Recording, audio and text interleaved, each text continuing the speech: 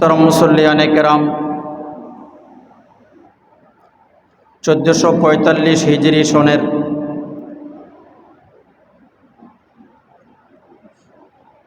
আজকের এই জিলকদ মাস চলে গেল আমাদের কাছ থেকে। শাওয়ালের চাঁদ, রমাজানুল মুবারক আমরা অতিক্রম করেছি, অতিক্রম করলাম শাওয়ালের চাঁদ, শুরু হলো জিলকদের চাঁদ। আজকে উদ্বোধনী জুমআ, জিলকদের প্রথম জুমআ। জিলকদ মাসের পরেই আমাদের কাছে আসবে জিলহজ মাস, হজের মাস, কুরবানির মাস। কেমন জানি আর 1 মাস 10 দিনের মতো বাকি আছে কুরবানির।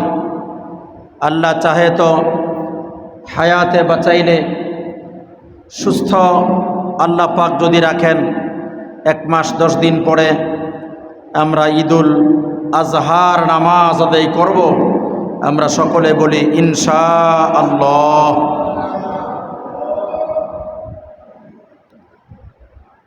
আল্লাহ পাকের দরবারে শুকরিয়া আদায় করি। আল্লাহ পাক আজকের এই জুমায় আমাকে আপনাদেরকে আসবার, আল্লাহ পাকের ঘরে বসবার তৌফিক দান করছেন। দিল খুলে সবাই মিলে কালিমাতুশ শুকর আদায় করি, সবাই পড়ি আলহামদুলিল্লাহ। মোহতরম মুসল্লিয়ানে কেরাম, আমরা বারবার কথাগুলো শুনতেছি, আমাদের ধর্মের নাম ইসলাম, আমরা মুসলমান, আমরা মুসলমান আমরা।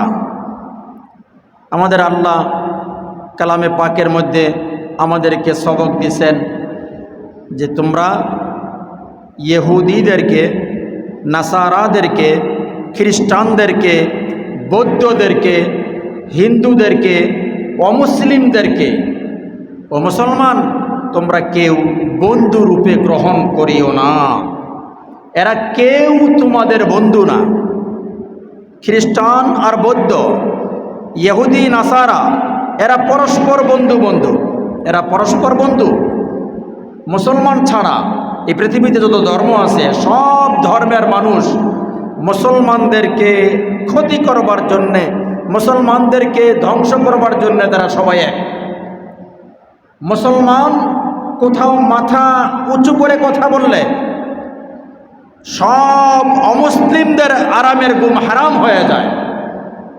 মুসলমান মাথা উঁচু করে কথা বলবে, তা হতে পারে না। আবার মুসলমানকে মারলে এরা বড় খুশি হয়, এরা বড় চমৎকার খুশি হয় মুসলমানদেরকে মারলে। আপনারা শুনছেন ফরিদপুরে গত কয়েকদিন আগে 2 জন হাফেজে কোরআনকে তারা হত্যা করছে, শহীদ করছে। এরপরে এক হিন্দু নাস্তিকের বাচ্চা, সে বলে আস্তাগফিরুল্লাহ, হিন্দুয়ানা স্লোগান দিছে, জয় শ্রীরাম, জয় শ্রীরাম, নাউজুবিল্লাহি মিন যালিক। যে একটা একটা করে মোল্লা ধর, দৈরা দৈরা জব কর। নাউজুবিল্লাহ বলেন, একটা করে মোল্লা ধর, দৈরা দৈরা জবে কর। তার মানে কি? এই কথার মধ্যে তারা সবাই একমত, মোল্লা, মৌলভী, মুসলমান, মুসলিম, এদেরকে নাকি মারবার সময় এদের আসছে। বাংলাদেশে 92% লোক মুসলমান। জরিপে দেখলাম 7% লোক মাত্র হিন্দু,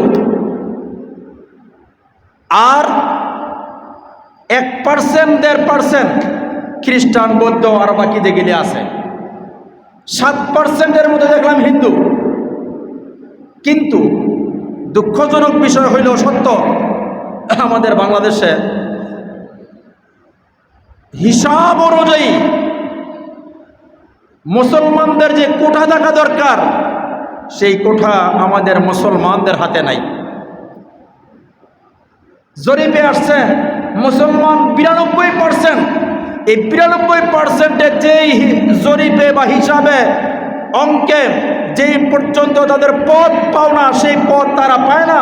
আর 7% হিন্দু, এরা দেখা গেছে জরিপে মোটামুটি বহু আগায়া, গুরুত্বপূর্ণ পথগুলো হিন্দুরা গ্রহণ করে রাখছে। দুঃখজনক বিষয় এগুলো। মহতারাম হাজেরিন, আমাদের আল্লাহ বলে খবরদার মুসলমান ছাড়া কাউকে বন্ধুরূপে গ্রহণ করবে না, কারণ যাকেই বন্ধুরূপে গ্রহণ করবে সে তোমার ক্ষতি করবে, সে তোমার ক্ষতি করবে, সে তোমার কল্যাণ কামনা করবে না। মুসলমান একজন আরেকজনের কল্যাণ কামনা করে, মুসলমান ছাড়া অন্য কেউ কল্যাণ কামনা করতে পারে না। তার নজির ইসলাম যখন দুনিয়াতে শুরু হইল, আসছে, ইসলামের আবির্ভাব হয়েছে, আমাদের নবী হাবশা দেশে প্রায় 83 জন মুসলমানদেরকে, সাহাবায়ে কেরামদেরকে পাঠাই দিলেন। তারা এই শিরক, পূজা, দেবতা, মূর্তির উপাসনা এগুলো মুসলমান করে না। না করার কারণে মুসলমানদের উপর হামলা চলতেছে, আক্রমণ চলতেছে, মারপিট চলতেছে। কিছু মুসলমান সহ্য করতে না পেরে আল্লাহর রাসূলের কাছে আসছে। আল্লাহর রাসূল ইনাদেরকে অনুমতি দিলেন, তারা হাবশা দেশে চলে গেছে। এদিকে মাথা ব্যথা শুনল কি, হাবশা দেশে প্রায় 84 জন লোক চলে গেছে, সেখানে আরামে আছে, ঘুমায়, খায়, মেহমানদারি চলছে, এরা বড় আরামে আছে। এটা মক্কার কাফেরদের আরামের ঘুম হারাম হয়ে গেছে। কিভাবে মুসলমানদের আরাম শান্তি বন্ধ করা যায়, এই জন্য মক্কার কাফেররা যুক্তি করে কিছু লোককে প্রতিনিধি বানায়া পাঠাইল সেই দেশে, হায় হাদিয়া দিয়া। হাবশা দেশের প্রেসিডেন্টের কাছে গেছে। প্রেসিডেন্টের কাছে যাওয়ার পরে প্রেসিডেন্ট এদেরকে ডাকছে। ডাকার পরে জিজ্ঞেস করছে, তোমরা কারা?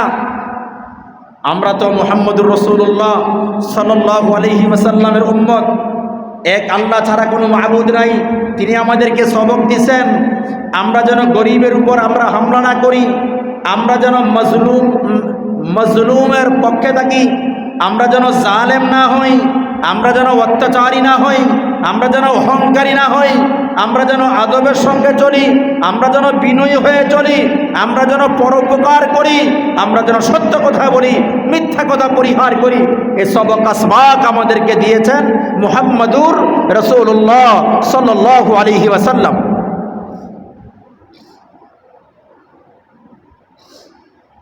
বাদশাহ চিন্তা করে দেখলেন, ভালো কথাই তো বলছেন। হায় হাদিয়া যা নিয়ে আসছে মক্কার তরফ থেকে, হাদিয়াগুলো ফেরত দিল এবং বলল, এদেরকে তোমাদের কাছে হস্তান্তর করা যাবে না। এরা চোর, এরা গোলাম ছিল, চুরি করে চলে আসছে, আত্মসাৎ মাল পানি নিয়ে এরা আপনার দেশে চলে আসছে। কয়টা গলত কথা, রং কথা, তোমরা চলে যাও, পাঠাই দিছে। মক্কার কাফেররাও চায় নাই মুসলমান একটু আরামে থাকুক। আমার নবী হিজরত করে মক্কা থেকে মদিনায় চলে গেলেন। নবী তো এক আল্লাহর ইবাদত করতেছিলেন, আবু বকর সিদ্দিক এক আল্লাহর ইবাদত করতেছিলেন, ওমরে ফারুক এক আল্লাহর ইবাদত করতেছিলেন, উসমানে গনি এক আল্লাহর ইবাদত করতেছিলেন, সাহাবায়ে কেরাম এক আল্লাহর ইবাদত করতেছিলেন। ওদের কাছে সহ্য হচ্ছিল না, ওদের কাছে ভালো লাগতেছিল না। এক আল্লাহর ইবাদত কেন হবে? দেব দেবতা যা আছে, যত মূর্তি আছে, এগুলোর পূজা যৌথভাবে করা লাগবে। এগুলো ছিল মুশরিকদের কাজ, হিন্দুদের কাজ, কাফেরদের কাজ, অমুসলিমদের কাজ। কয় না, এক আল্লাহর ইবাদত চলবে না, সবার পূজায় শরীক হওয়া লাগবে। ওই যে আমাদের দেশে একটা স্লোগান আছে, ধর্ম যার যার, আস্তাগফিরুল্লাহ, ধর্ম যার যার, উৎসব সবার, নাউযুবিল্লাহি মিন যালিক। কয় ধর্ম যার যার, উৎসব সবার, গলত কথা, এটা রং কথা। স্লোগান তো এমন হওয়া দরকার, ধর্ম যার যার, উৎসব তার তার। যার ধর্ম তার উৎসব, যেই ধর্মের যেই উৎসব ওই ধর্মের লোকেরা ওই উৎসব পালন করবে, এই ধর্মের লোক আরেক ধর্মের লোকের উৎসব পালন করবে না। এটাই তো বিধান ছিল, এটাই তো নিয়ম ছিল। আমরা জুমার নামাজ আদায় করি, আমাদের এখানে তো কোনো হিন্দু আসে না।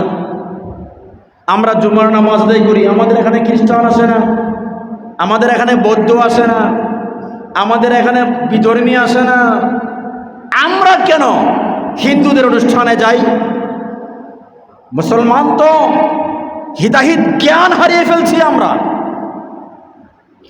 আমি যাই না, আমার ছেলে যায়, আমার ছেলে যায় না, আমার নাতি যায়, আমার ভাই যায়, আমার আপনজন যায়, আমার অধীনস্থ মানুষ যায়। কেন যাবে তারা? যাবে কেন? আল্লাহ পাক তো বলছেন না, খবরদার, কারো উৎসবে অন্য কারো যাওয়ার অধিকার নাই। আমাদের নবী তো বলেন লিকুল্লি কওমিন ঈদ ওয়া হাযা ঈদুনা, প্রত্যেক জাতির জন্য, প্রত্যেক গোত্রের জন্য, প্রত্যেক ধর্মের জন্য একটা করে উৎসব আছে। ওয়া হাযা ঈদুনা, আমাদের নবী আপনাকে লক্ষ্য করে, আমাকে লক্ষ্য করে বলছেন এটা হলো আমাদের ঈদ, ঈদুল ফিতর, ঈদুল আজহা। ঈদুল ফিতর চলে গেল, ঈদুল আজহা সামনে আসতেছে, কয়টা মুসলমানের ঈদ। মুসলমানদের ঈদ হলো এই ঈদ। মুসলমান তাদের ঈদ ছাড়া অন্য কোনো অনুষ্ঠানে, অন্য কোনো পূজায়, অন্য কোনো উৎসবে মুসলমান তো যেতে পারে না।